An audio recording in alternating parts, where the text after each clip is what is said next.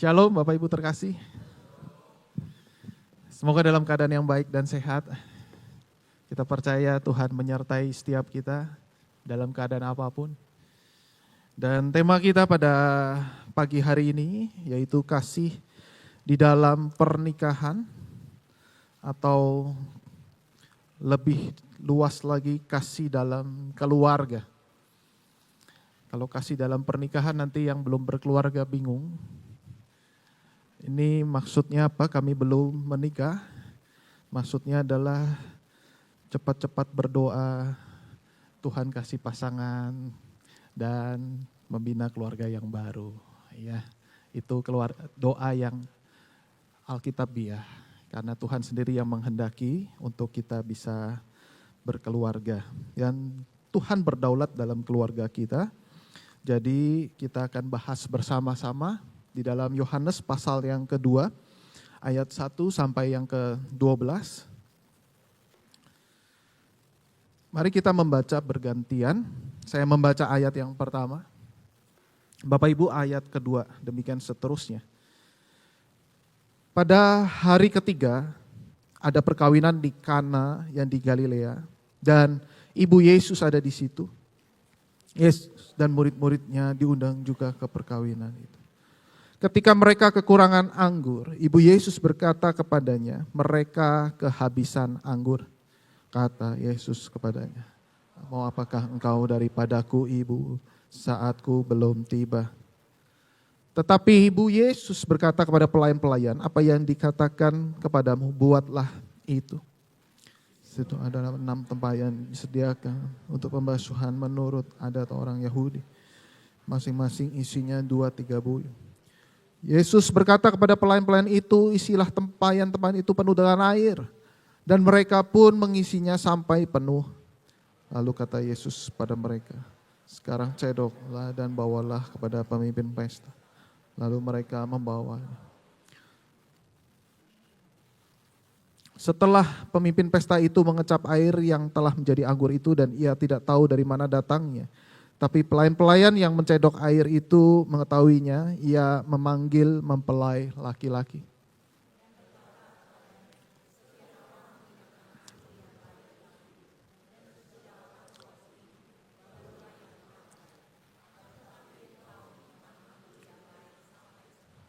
Hal itu dibuat Yesus di Kana yang di Galilea sebagai yang pertama dari tanda-tandanya. Dan dengan itu ia telah menyatakan kemuliaannya dan murid-muridnya percaya kepadanya.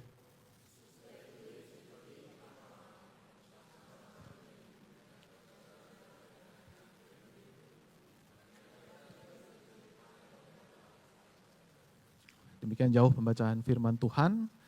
Berbahagialah setiap kita yang mendengar dan juga melakukannya di dalam kehidupan sehari-hari. Bapak Ibu yang terkasih, ini saya yakin perikop yang tidak asing bagi setiap kita. Saya percaya mungkin kita sudah berkali-kali mendengar, bukan kali yang pertama kita mendengar tentang kisah ini. Tapi izinkan saya bertanya satu pertanyaan untuk mengawali khotbah saya pada pagi hari ini.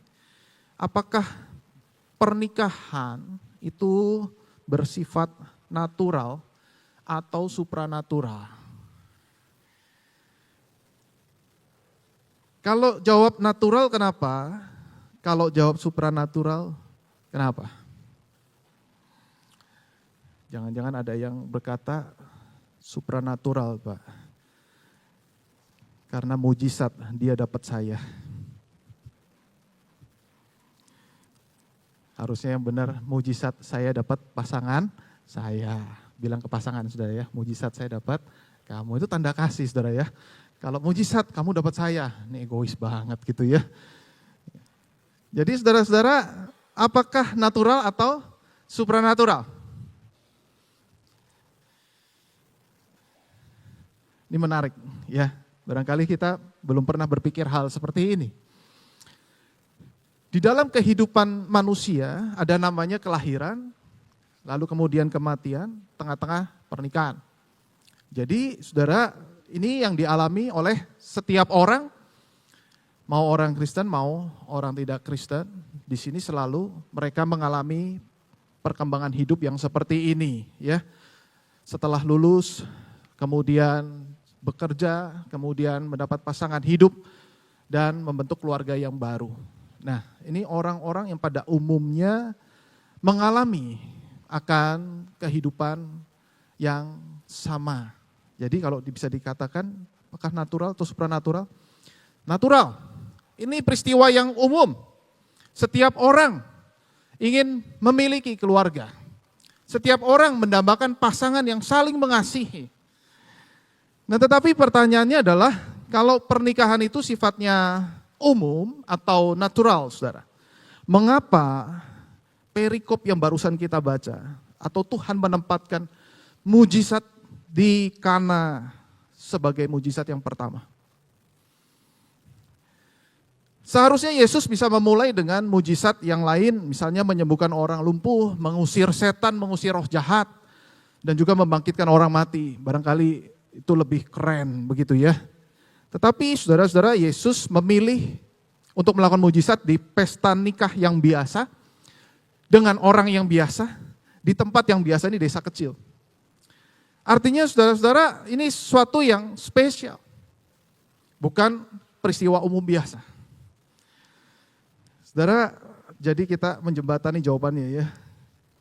Pernikahan Kristen itu natural ya, tetapi tidak akan pernah bertahan tanpa supranatural atau tanpa Yesus itu sendiri. Amin, saudara. Tanpa Yesus tidak mungkin ada yang bisa bertahan. Nah, sekarang kita akan melihat bagaimana cerita daripada perikop yang barusan kita baca ini. Jelas ini adalah sebuah pesta, Yesus hadir di sana, yang pada umumnya kalau nikah ya pesta, dan yang ditekankan Yesus diundang di pesta itu. Yesus hadir di pesta itu. Dan barangkali saudara, ini bukan kehadiran yang biasa, tetapi dari awal sudah hadir Yesus di pesta itu. Banyak orang yang berkata bahwa, wah sudah berapa lama engkau menikah? 50 tahun, golden anniversary. Wow, luar biasa, Tuhan pasti memberkati pernikahan kalian. Luar biasa, sampai opa, oma, cucu, barangkali buyut sudah diberkati dan Tuhan hadir di dalam keluarga tersebut. Lalu kita merayakan bersama-sama hari ulang tahun pernikahan, opa, oma yang kita kasihi. Tetapi saudara-saudara, ini bukan pernikahan yang sudah berumur panjang. Ini baru dari awal. Dari awal Yesus sudah hadir. Dari awal Yesus sudah memberkati. Dari awal Yesus sudah mengerti apa yang terjadi di dalam pernikahan. Yesus yang setting kok. Yang namanya keluarga, Allah yang menyeting. Allah yang berencana, Allah yang berkehendak. Nah, dari awal juga Yesus hadir. Tetapi di saat yang sama ketika Yesus hadir, masalah pernikahan juga hadir. Dan saudara, kita tahu di sini apa yang terjadi, mereka kehabisan anggur. Bagi kita, kehabisan anggur ganti air putih, bagi mereka no. Di dalam konteks Yahudi, saudara, ini sangat amat ditekankan lebih daripada makanan.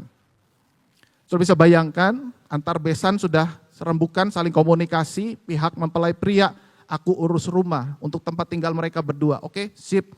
Oh, yang dari pihak wanita, aku urus pestanya.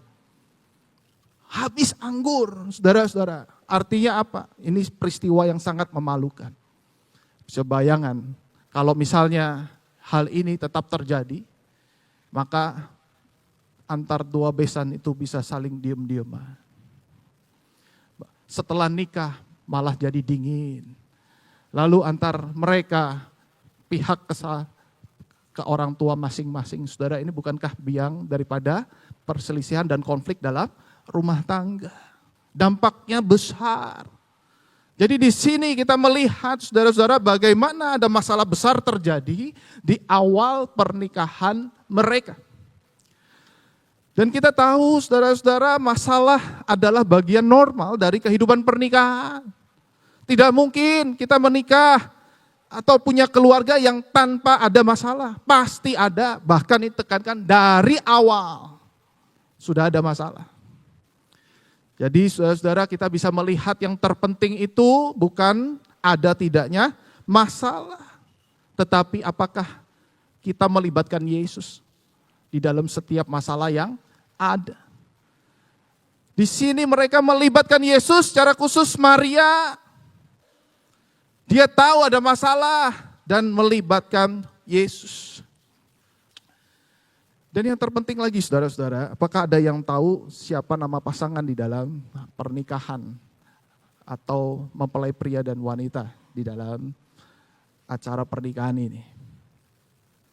Kalau saudara bisa nebak, saya kasih handphone saya kepada saudara. Coba lihat lagi.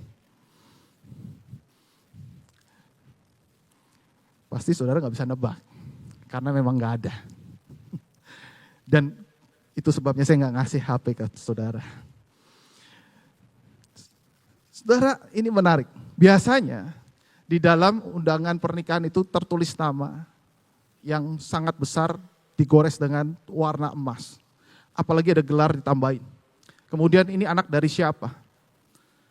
Ini jelas ingin menekankan apa? Yang menjadi sentral adalah mempelai pria dan wanita. Yang menjadi hal yang utama yang perlu disorot adalah ini mereka adalah keluarga dari mana. Penting sekali. Orang harus tahu siapa yang menikah. Tetapi saudara-saudara, di dalam cerita ini kedua nama itu tidak ada, bahkan nama keluarganya. Tidak ada satupun. Saudara, menarik. Dicari-cari namanya siapa, hanya ditulis aja mempelai aja. Nah, apa yang ingin ditekankan oleh penulis? Yang ditekankan oleh penulis adalah bukan mereka yang menjadi sentral dalam pusat pernikahan, bukan mempelai pria, wanita, apalagi kedua orang tua, tetapi Yesus. Yesus harus menjadi sentral di dalam pernikahan Kristen, di dalam pernikahan kita. Dan Yesus adalah sumber kasih yang sejati. Jikalau Yesus tidak menjadi sentral, disitulah problem akan terus berlanjut. Nah, di sini kita bisa melihat bagaimana problem pernikahan, karena Yesus adalah sentral, maka sebenarnya problem pernikahan bukan masalah komunikasi. Yesus tahu kedalaman hati setiap pasangan, setiap anggota keluarga. Yesus memahami kondisi hati mereka. Jadi kalau masalah komunikasi, pergilah kepada counselor atau psikolog. Tetapi ini masalah hati, datanglah kepada Yesus. Saudara, masalah hati di dalam setiap pasangan apa? Ada berhala pernikahan. Yang pertama adalah berhala kebahagiaan. Maksudnya seorang menikah ingin dapat bahagia. Enggak ada saudara ya. Siapa nikah pengen tidak bahagia? Enggak ada. Pasti ingin bahagia. Dan setiap orang tua juga pengen anaknya bahagia setelah menikah. Tetapi kita melihat, bukankah ada banyak pasangan yang tidak bahagia setelah menikah? Bukankah mereka akhirnya memutuskan untuk menyerah di dalam pernikahan? Saudara, masalah di mana? Adalah berhala kebahagiaan. Dia pakai pasangan untuk mencari kebahagiaan atau menyelesaikan masalah kebahagiaan di dalam hatinya. Nah, di sini menjadi masalah, kenapa? Karena yang menjadi pusat kebahagiaan bukan Yesus, tetapi pasangan. Kemudian yang kedua, berhala daripada penerimaan. Maksudnya apa? Maksudnya adalah mencari penerimaan dari pasangan dan menuntut mereka. Jadi artinya apa? Karena pasangan menjadi saling tuntut satu dengan yang lain. Nah, padahal kita tahu bahwa Yesuslah yang menerima setiap kita. Baru kita bisa menerima pasangan kita.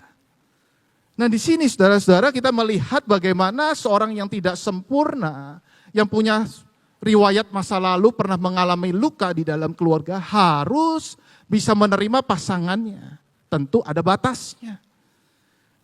Nah, oleh karena itu kita melihat ketika seorang ini haus akan penerimaan, lalu hidup bersama di dalam satu pernikahan, saudara-saudara, di sini juga bisa muncul banyak konflik. Nah, kemudian yang ketiga, saudara-saudara, adalah berhala romantisme. Wah, ini karena mungkin waktu mudanya dulu kebayang artis Korea yang romantis sekali, begitu ya. Terus pengen supaya apa? Pasanganku seperti dia. Tapi sayang, setahun pertama saja. Setelah itu dia hanya sekedar chatting, ya, hanya sekedar bertanya dan menjawab. Setahun pertama, halo sayang, kamu sudah makan belum? Gitu ya, romantis banget. Sudah, terima kasih sayang, gitu ya. Kemudian 5 tahun berikutnya, sayang, makan, tanda tanya. Sudah ya. Lalu kemudian udah 10 tahun menikah, nggak ada sayang lagi. Makan, tanda tanya, sudah ya. Makan, tanda tanya, kamu harus mengerti isi hati saya, kira-kira begitu. Nah inilah saudara-saudara bagaimana berhala romantisme. Suatu kali ada pasangan yang sudah cukup senior, menikah 25 tahun. Lalu kemudian sang suami itu romantis sekali, dia membukakan pintu kepada istrinya, kalau mendrop istrinya di gereja, lalu kemudian dibukakan pintu, lalu kemudian suami baru ke tempat parkir, cari parkiran, saudara-saudara ya. Mungkin saya pernah share hal ini. Nah kemudian sampai dilihat sama panitia, namanya bulan keluarga. Wah ini cocok untuk sharing di dalam acara bulan keluarga di gereja kami. Lalu dihubungi sang gembala, Muse itu sampai Muse itu gembala tradisi Chinese ya. Ini loh hebat, sudah nikah tapi masih romantis. Nah kemudian dipanggillah sang suami itu untuk supaya ditanya-tanya, kemudian dikasih rekomendasi untuk memberikan kesaksian. Apa sih rahasianya? Pak, kok bisa romantis begini dengan istri? Sampai dibukain terus pintunya, istri keluar, lalu kemudian baru cari parkir di gereja. Terus si suaminya senyum-senyum, saudara ya.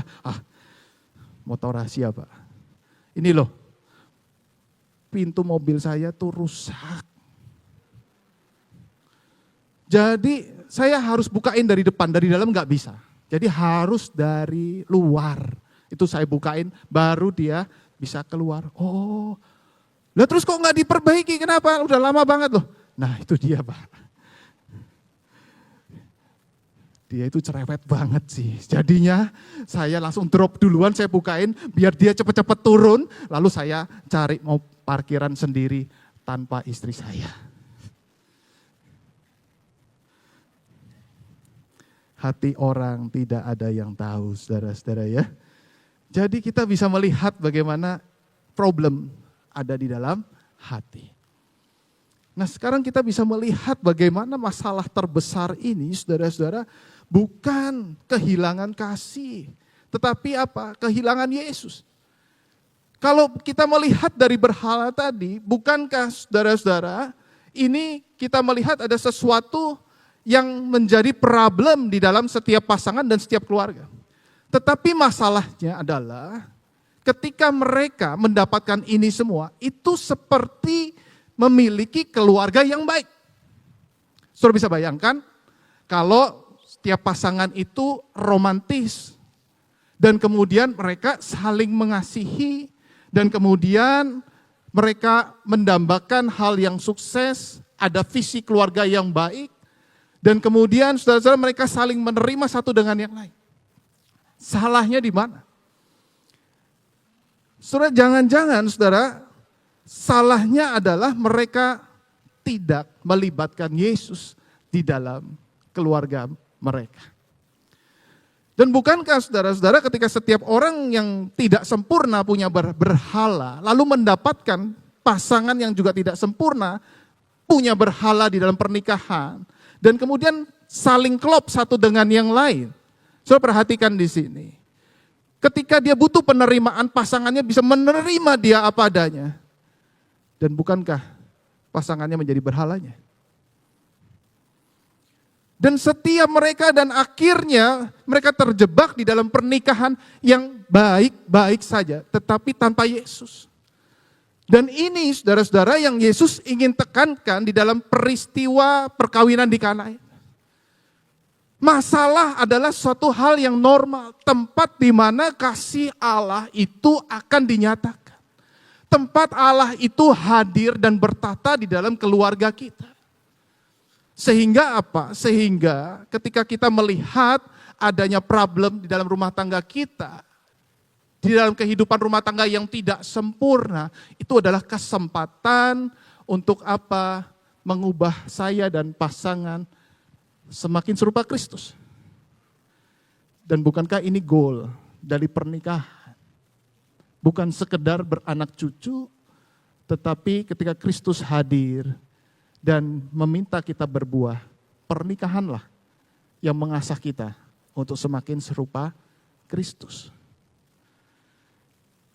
Adanya ketidakcocokan, adanya tidak terlalu bahagia, karena apa? Karena apa yang menjadi ekspektasi kita kepada pasangan tidak tercapai. Bukankah itu sebuah kesempatan untuk kita bisa lebih bersabar?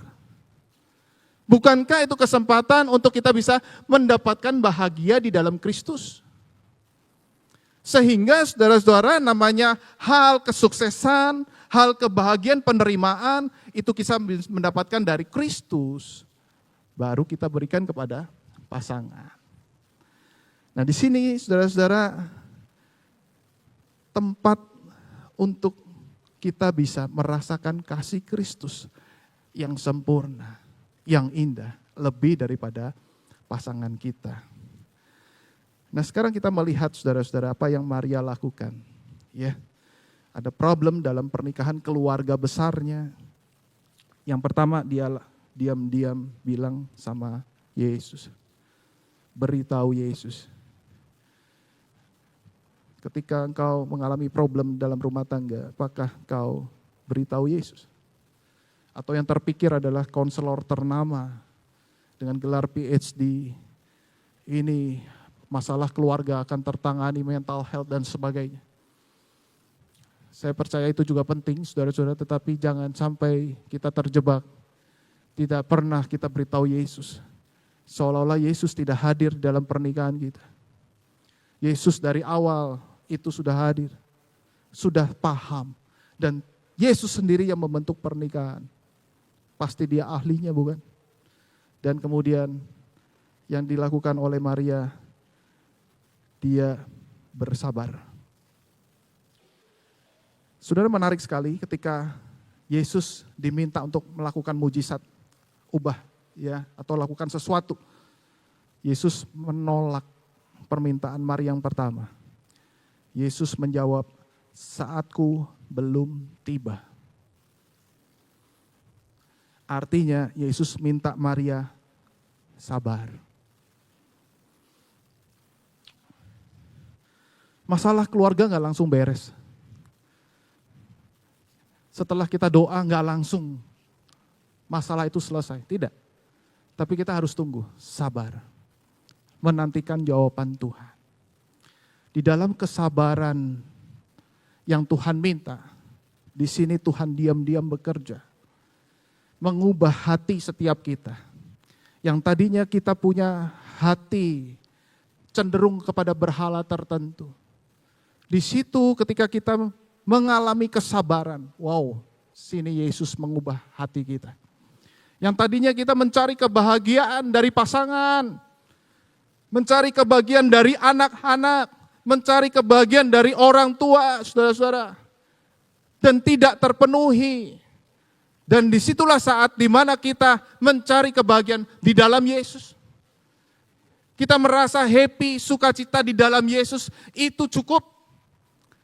Dan disitulah kita dipulihkan untuk kita bisa mengasihi pasangan kita dengan tulus. Artinya apa? Artinya kalau kita hanya mencari pasangan yang membahagiakan kita, bukankah itu hal yang egois? Semuanya ada di dalam diri kita. Tetapi di sini saudara-saudara, ketika Tuhan minta sabar, sabar. Wow, Yesus bekerja. Dia bisa ubah hati setiap kita. Dia tahu berhala-berhala apa yang ada. Ada berhala penerimaan yang sangat besar, haus untuk dipuji-puji. Kebetulan kenalan dengan pasangan, dia suka muji-muji. Kecantollah dia dengan pasangan yang suka puji-puji. Kalau dapatnya yang mengkritik-kritik, dia akan menjauh, bukan? Karena apa? Karena ada hati yang haus dipuji-puji. Kenapa hati yang haus dipuji-puji? Mungkin ada background keluarga yang kurang puji-puji dia. Nah, di sini kita melihat bagaimana berhala itu ketemu dengan orang yang namanya jatuh cinta. Sinyalnya langsung connect. Nah, berhala dari pasangan adalah dia senang mengendalikan atau berhala kesuksesan. Makanya dia suka puji-puji. Supaya apa? Di bawah kendali daripada pasangan. Saudara bisa perhatikan di sini, berhala saling mengikat satu dengan yang lain. Dan kalau ini saling mengikat satu dengan yang lain, satu connect semua saudara seperti cinta. Atau jatuh cinta berjuta rasanya. Tetapi sebenarnya saudara itu hanya mementingkan ego kita masing-masing. Dan suatu saat ketika puji-pujian itu berhenti, dia mulai tidak cinta. Nah di sini problemnya. Kenapa bisa banyak pernikahan yang kemudian setelah lama lalu kemudian menjadi hambar? Karena hanya mengandalkan pasangan. Tidak mengandalkan Yesus sebagai pusat di dalam pernikahan mereka. Saudara, ada ilustrasi yang sangat baik. Pernikahan itu ibarat apa? Yang pertama, ibarat balon. Balon itu sangat terlihat indah. Banyak dipakai dalam pesta, dilepaskan, warna-warni, langsung terbang tinggi. Tetapi, ya, akhirnya kempes, meletus, dan jatuh ke bawah. Di awal tampak bahagia sekali, tampak indah sekali, tampak sukses sekali, apalagi acaranya juga meriah. Tetapi tidak lama kemudian akan jatuh perlahan-lahan. Itu balon. Ada yang punya balon tapi terus sampai selama-lamanya? Nggak ada, saudara ya. Pasti akan kempes. Tetapi ada pernikahan ibarat telur. Telur ini bentuknya mirip balon, tidak indah, sangat sederhana, tidak warna-warni. Dari luar tampaknya membosankan. Tidak ada suatu hal yang menarik. Dan hati-hati, kalau dipegang rapuh, mudah retak. Jadi harus hati-hati pegangnya. Tetapi di dalamnya ada sebuah kehidupan. Namun untuk menetaskan atau membuat kehidupan yang baru perlu dierami. Adanya kesulitan-kesulitan hidup, adanya suhu yang cukup tinggi, yang cukup panas untuk membuat telur ini tidak nyaman. Dan disitulah saudara-saudara kita melihat bagaimana ibarat pernikahan itu harus diproses. Dan bahkan cara Tuhan ada dengan badai masalah, membuat tidak nyaman untuk hal yang baik. Supaya apa? Supaya kehidupan nanti itu betul-betul muncul menjadi kehidupan yang baru. Adanya karakter-karakter yang baru di dalam pernikahan kita, yaitu kesabaran, sukacita, damai sejahtera, kasih. Dan kasih yang bukan untuk diri sendiri, tetapi apa? Kasih yang tulus berasal dari Kristus. Dan di sini kita melihat, saudara-saudara, pernikahan ibarat telur inilah yang kemudian akan bertahan. Pertanyaannya, apakah kita merindukan pernikahan seperti ini? Jadi kita bisa melihat masalah di dalam pernikahan, bagaimana ada masalah, tetapi tenang, ini hanya untuk mengerami telur. Supaya apa? Menetaskan kehidupan yang baru. Apa kehidupan yang baru? Allah turut bekerja dalam segala sesuatu untuk mendatangkan kebaikan. Apa kehidupan yang baru? Ada pekerjaan Tuhan yang harus dikerjakan. Ada masalah dalam pernikahan, kau jangan panik. Karena Tuhan sedang menyiapkan. Ada pekerjaan Tuhan yang luar biasa di dalam kaitannya dengan kehidupan pernikahanmu. Dan hal ini saudara-saudara ditekankan di dalam ayat yang ke-11 tadi kita sudah baca. Di mana penulis Injil mengatakan hal itu dibuat Yesus di Kana yang di Galilea sebagai yang pertama dari tanda-tandanya, dan dengan itu ia telah menyatakan kemuliaannya. Murid-murid percaya kepadanya. Saudara perhatikan, kenapa ada kehabisan anggur? Karena Yesus ingin menyatakan kemuliaannya. Supaya murid-murid percaya kepadanya. Bukankah ini suatu hal yang baik di balik semua masalah rumah tangga? Ada maksud daripada Yesus sendiri. Dan Yesus di sini punya hidden agenda. Di mana masalah anggur itu dia akan kaitkan dengan darahnya sendiri. Dan di sini Yesus sedang menyiapkan sesuatu agenda besar. Karena itu ditaruh di tanda yang pertama. Supaya murid-murid paham. Ada anggur yang sesungguhnya. Yang tidak pernah habis. Anggur yang itu bisa habis. Dan aku melakukan mujizat supaya anggur itu terpenuhi. Artinya, suatu hari kelak, akulah anggur yang sejati. Yang tidak pernah habis aku teteskan darahku. Di atas kayu salib aku berikan segala-galanya. Untuk para murid, untuk setiap orang yang percaya. Ketika engkau minum itu. Ketika engkau percaya kepada Yesus. Kau diselamatkan. Dosamu dibersihkan. Kau diampuni. Di atas kayu salib itu Yesus berteriak. Bapa, ampunilah mereka. Sebab mereka tidak tahu apa yang mereka perbuat. Di dalam benak Yesus, murid-murid dan setiap kita, dia sudah menggambarkan ada pernikahan yang sesungguhnya. Yesus mempelai pria, kita mempelai wanitanya. Di mana digambarkan orang-orang Israel itu mempelai wanita yang berselingkuh, melacur, tidak bisa diandalkan lagi. Maka kita diangkat menjadi mempelai wanita Yesus. Ini perkawinan di Kana penting sekali. Aku harus taruh di tanda yang pertama. Karena aku menjadikan setiap mereka anggota keluarga Allah. Dan di sini Yesus juga tahu. Calon-calon mempelai wanita ini juga banyak melacur. Banyak berzina. Banyak berselingkuh dalam pikirannya. Termasuk di dalam keluarga. Tetapi Yesus menerima kita. Memilih kita. Aku tetap memilih kalian sebagai muridku. Dan setiap kita sebagai anak-anaknya dan mempelainya. Penerimaanku itu cukup buat mereka. Dosa-dosa mereka sangat besar dan penerimaanku jauh lebih besar.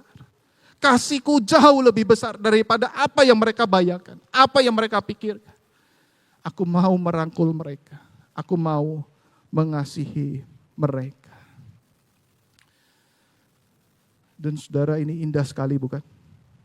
Ketika kita melihat agenda Yesus di dalam keluarga. Wow. Tuhan merindukan agar keluarga-keluarga datang kepada Yesus. Dan Tuhan merindukan keluarga-keluarga ini juga membentuk sebagai sebuah gereja. Yang akhirnya mereka berkumpul bersama menjadi keluarga Allah. Dan di situ mereka menyembah Allah. Segala suku, bangsa, dan bahasa menyembah Allah. Dan dimulai dari keluarga.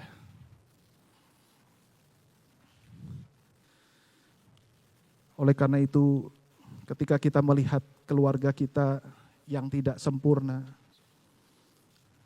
saudara perhatikan apa rencana Yesus di dalam keluarga dan masalah yang terjadi. Jangan menyerah, tetapi lihat hidden agenda Yesus. Hal yang sama terjadi dalam kehidupan Yusuf.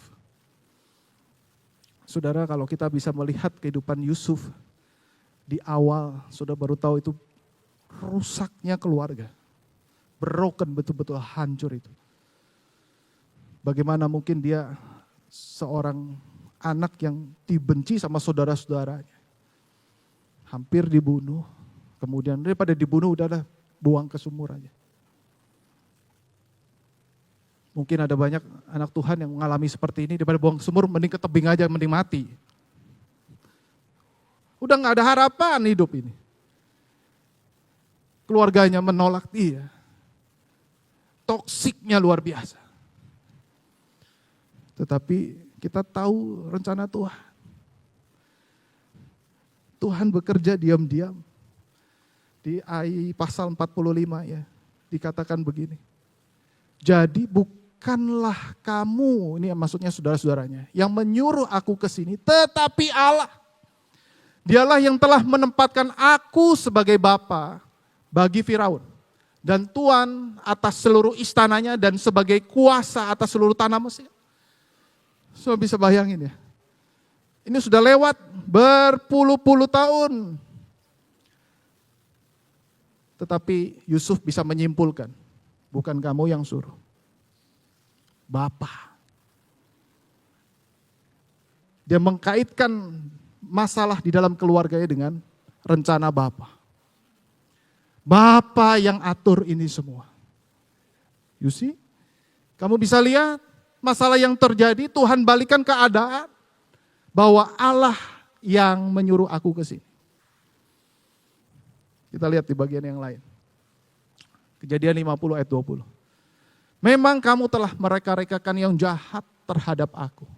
Tetapi Allah telah mereka-rekakannya untuk kebaikan. Yusuf bukan dihipnotis lalu kemudian dia lupa masa lalunya. Yusuf ingat bahwa saudara-saudara jahat. Tetapi yang dia mau tekankan bukan itu. Yang dia mau tekankan adalah Allah telah mereka-rekakan yang baik. Saudara, kondisi keluarga kita bisa punya story yang berbeda-beda. Cerita yang berbeda-beda. Tetapi izinkan saya berkata, ketika kau mengalami masalah yang sangat berat di dalam keluargamu, lihat hidup daripada Yusuf, yang kemudian Tuhan menyertai Yusuf dan membalikan keadaan daripada Yusuf. Jangan kira Tuhan diam melihat keluarga yang hancur. Tetapi Tuhan bekerja menurut kedaulatannya dan waktunya. Saya mau share sedikit tentang keluarga saya, saudara ya. Mungkin belum banyak yang tahu. Dan kalau lihat begini kan, saudara, ini siapa gitu kan? 26 tahun yang lalu, badanku dulu tak begini. Jadi saya bukan pakai Scott Emulsion, jadi badannya seperti ini. Tetapi waktu itu adalah waktu yang kelam buat saya, karena saya sampai masuk ke tempat rumah rehabilitasi. Karena keluarga saya broken. Gak sampai divorce, tetapi betul-betul hancur, berantakan, tidak cocok orang tua satu dengan yang lain. Dan kelas 2 SMA itu saya tinggal kelas. Papa saya dapat rapot, ambil rapot papa. Duh, rapot kamu. Yang biru cuma satu, olahraga. Semua merah.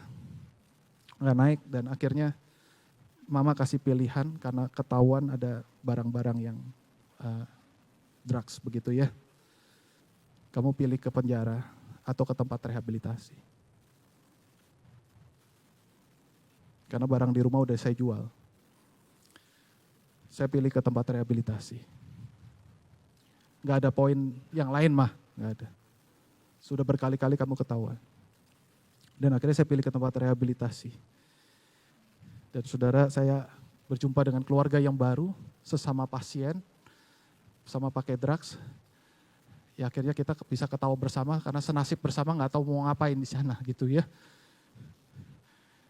Itu yang ada tatonya, yang badannya hitam itu saudara-saudara, waduh muka garang sekali.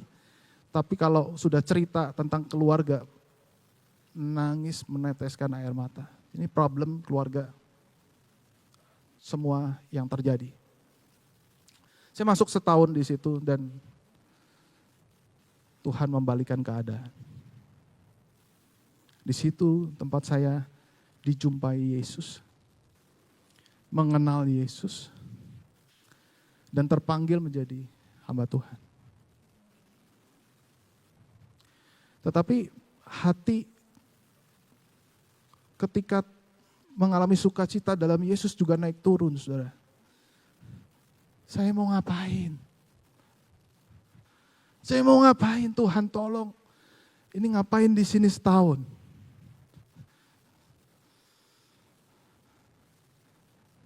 Dan bukan hanya saya, ternyata teman yang lain juga begitu. Karena kita nggak tahu masa depan kita ya. Sudah 2 tahun hilang, berarti waktu saya kelas 2 SMA, balik lagi kelas 2 SMA, berarti teman-teman saya itu sudah kuliah, mereka keluar negeri, keluar kota, dapat tempat kuliah bagus-bagus. Saya cuma, Tuhan, saya nggak sekolah. Nah di sini saudara-saudara, Tuhan ternyata hadir di dalam kehidupan saya. Saya andalkan Yesus, saya cuma, pokoknya Tuhan mau kemana saya ikut. Dan saya pengen sekolah lagi Tuhan. Saya gak mau tinggal seperti ini. Setelah lulus saya harus sekolah, carikan sekolah yang betul-betul saya bisa belajar di sana. Dan Tuhan kabulkan. Saya sekolah lagi. Dan setelah sekolah saya minta, Tuhan saya pengen kuliah. Sampai saya punya penggenapan menjadi hamba Tuhan, saya masuk STT, Tuhan tolong genapi. Dan saya berdoa, Tuhan genapi. S1 saya sekolah, kemudian sampai S2. Sudah bisa bayangin ya, pernah tinggal kelas, pernah nggak sekolah, tetapi sampai S2 Tuhan bukain jalan. Dan hari ini menjadi hamba Tuhan. Tetapi waktu di sana, saudara lihat di sini sudah senyum-senyum. Waktu di sana nangis. Cuma bisa diam-diam berdoa sama Yesus. Berapa tahun yang lalu setelah saya ditabiskan menjadi pendeta, om saya hampiri saya. Udah lama gak ketemu. Begitu ketemu langsung dipeluk. Aduh, loh. Jadi pendeta kok dia nangis tuh gimana gitu loh. Bukannya senang, kenapa om. Aduh, bersyukur banget kamu jadi pendeta, jadi hamba Tuhan. Gimana storynya. Nah rupanya dia punya story begini. Waktu mama saya tengkar, berantem terus. Mama saya selalu minggat ke tempat om saya. Itu waktu masa kecil saya. Minggat ke tempat om, gak pulang sekian hari, baru nanti pulang. Habis itu minggat lagi ke tempat om, pulang. Om saya ngasih nasihat semua udah gak mempan. Ngasih nasihat ke mama keras. Nasihat ke papa keras juga. Udah. Terus gimana om? Aduh, om cuma kasihan sama anak-anaknya mereka. Kamu sama adik-adik. Om cuma bisa doa. Dan hari ini om tahu doa om dijawab oleh Tuhan. That was a miracle.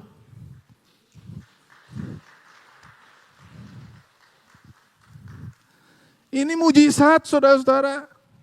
Mujizat yang tidak pernah terbayangkan. Bagaimana om saya tadi melihat sudah tidak ada harapan dari keluarga ini. Tetapi Tuhan hadir di saat seperti ini. Artinya apa? Kita tidak perlu terlihat baik dalam pernikahan kita agar Yesus terlihat hebat. Justru saat kita mengakui kerapuhan dan kelemahan pernikahan kita, kecukupan Yesus semakin nampak. Saya tidak tahu, saudara, kondisi keluarga seperti apa. Kalau dari kisah daripada perkawinan di Anggur ini, kita bisa menyimpulkan ketika engkau dan saya ada masalah dalam pernikahan, itu normal. Jangan berdoa tidak ada masalah, karena itu tidak normal. Dan jangan-jangan tidak ada Yesus di sana. Justru kisah ini ingin mengajar setiap kita yang keluarga betul-betul baik-baik tanpa Yesus, hati-hati.